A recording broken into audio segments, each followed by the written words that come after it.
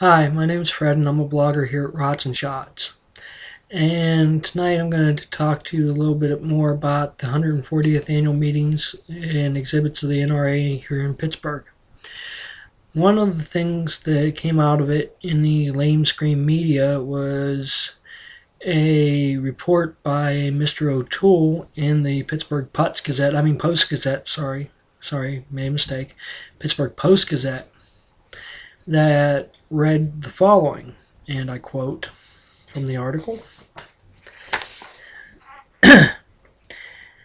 In a parade of speeches before thousands of firearms enthusiasts, the National Rifle Association officers and allies summoned the members to the ramparts of a battle that they've seemingly already won. Well, Mr. O'Toole, for your information, that is not true. We have not won the battle yet, and we are not even close to winning the battle. What Mr. O'Toole's article should read is, hey, gun owners, become stupid, become empathetic, become lazy.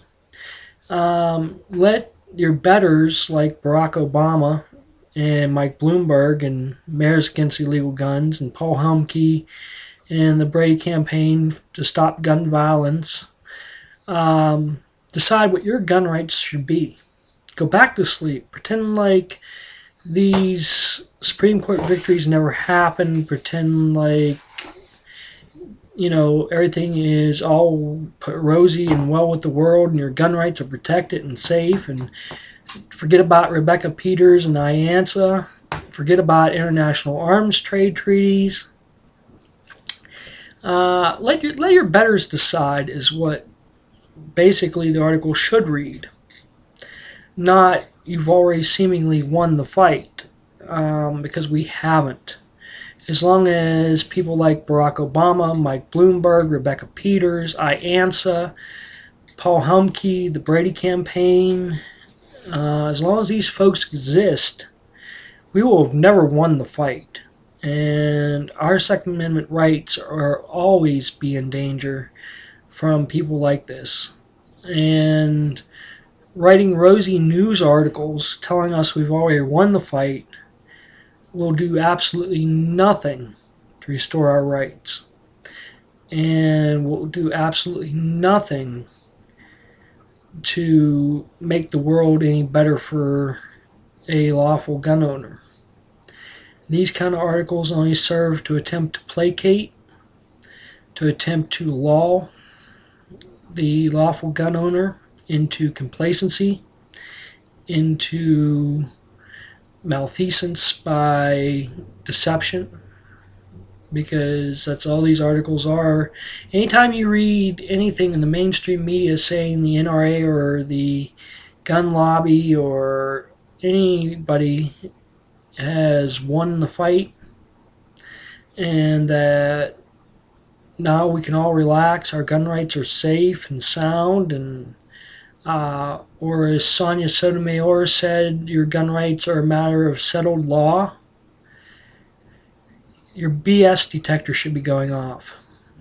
You should be saying BS to anyone that says anything like that, because as long as these people and these groups exist, as long as the Barack Obamas of the world think that they know that they're your betters and they know what you should need and what you should not need, and as long as you have people like Mr. O'Toole who are willing and complicit partners in trying to lull and placate people into complacency, you are never going to be safe, and you are never going to have your gun rights restored to you the way they should be under the Constitution. These people will never give up, they will never go away, and they will never stop until we eliminate them. Until these groups and organizations and people no longer exist in the world, our gun rights will never be safe. And articles like Mr. O'Toole's paper here suggesting that we've already won the fight, seemingly, and I think that's the key word he used. There was one true. There was one bit of truth. That's what makes a good lie, is that there has to be some shred of truth to it.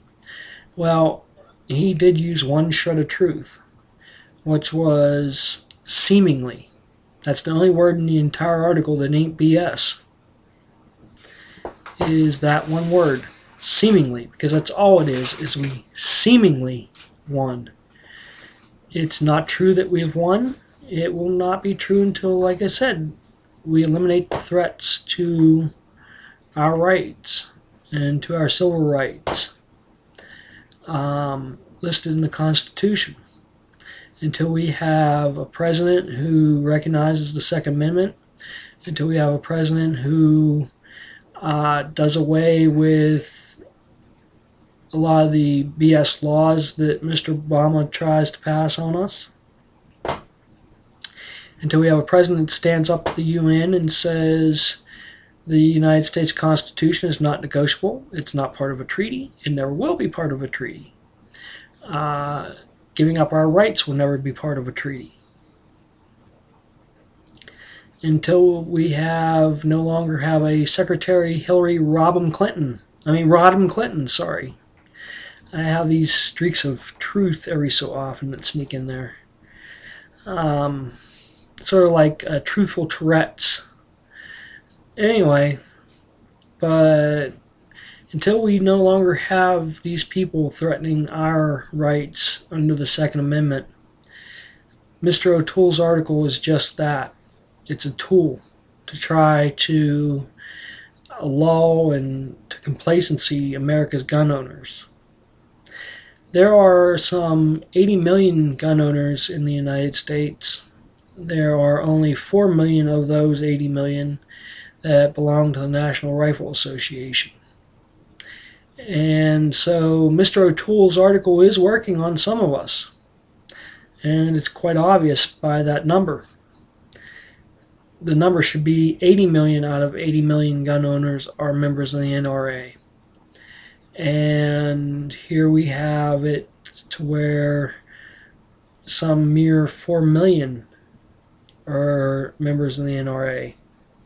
And of that, we only seen 71,000 of you 4 million NRA members in Pittsburgh. If we'd seen 4 million out of 4 million NRA members in Pittsburgh, that would have sent a very clear and strong message to people like Mr. O'Toole, Brady campaign, Mayors Against Illegal Guns, and maybe to the 150 protesters that were outside of the 140th annual meeting, compared to the 71,000 of us that were inside the annual meeting, that we are not going to give up, we're not going to become complacent, we're not going to hand over charge of our Second Amendment rights to our betters. And we are not going to listen to people like Mr. O'Toole who tell us, oh, you've already won, it's okay, everything is just fine and dandy. I would sooner believe that tomorrow morning I'm going to go out and find my lawn turned into lollipops than I would believe Mr. O'Toole in his statement that we've already won. Because we have not, and nor will we ever, as I said, until the time being is that our constitutional rights are restored to us fully and protected for all time to come. Not just because of this person or that person or the next person being in office. Until that day, we will not truly have our gun rights restored to us. Until that day, we must continue to fight, claw, scrape, scratch, and continue to put forth test bed cases that are cut and dry so that people like Sonia Sotomayor and the rest of her cronies in the judiciary system can't refuse them. We need these precedents, we need case law, we need good common sense laws coming from our legislatures at the state and federal level As one of the speakers at the annual meeting said, we need to wallpaper and carpet bomb them. We need to remind these people that they work for us. We need to let them know that tolerance for disobeying the people that sign their paycheck, us, will not be tolerated. And they will be voted out of office for disobedience. They are public servants. They are there to do our bidding. We consign certain amounts of our freedom and power to them as our proxies. They still work for us, the American public. And that includes us, the American gun owners. So we need to ignore people like Mr. O'Toole and the Post-Gazette and their assertions that we've already won. We need to continue to fight. We need to continue to fight until groups, like I said, IANSA and the Brady campaign and Mike Bloomberg and the Gun Policy Center go away and are no longer part of the American language. Until that day, which I don't think will ever happen in my lifetime, I urge all you, all 80 million of you gun owners, to continue to fight, to continue to wallpaper and carpet bomb your representatives in the federal and state government, and even your local governments. Make sure every one of them know how you feel. Don't call them once a week or once a month or once every couple of months. Call them daily and tell them what's on your mind, what you think about what they're doing in your name, and let them know that certain things will not be tolerated, including arms trade treaties and magazine bans and bullet serialization plans and a whole host of myriad of other things.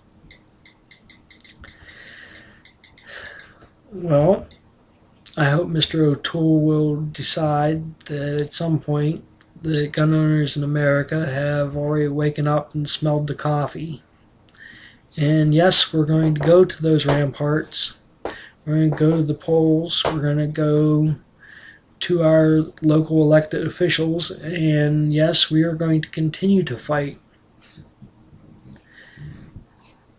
Anyway, my name is Fred, and I'm a blogger here at Rods and Shots. I hope all you have a great night.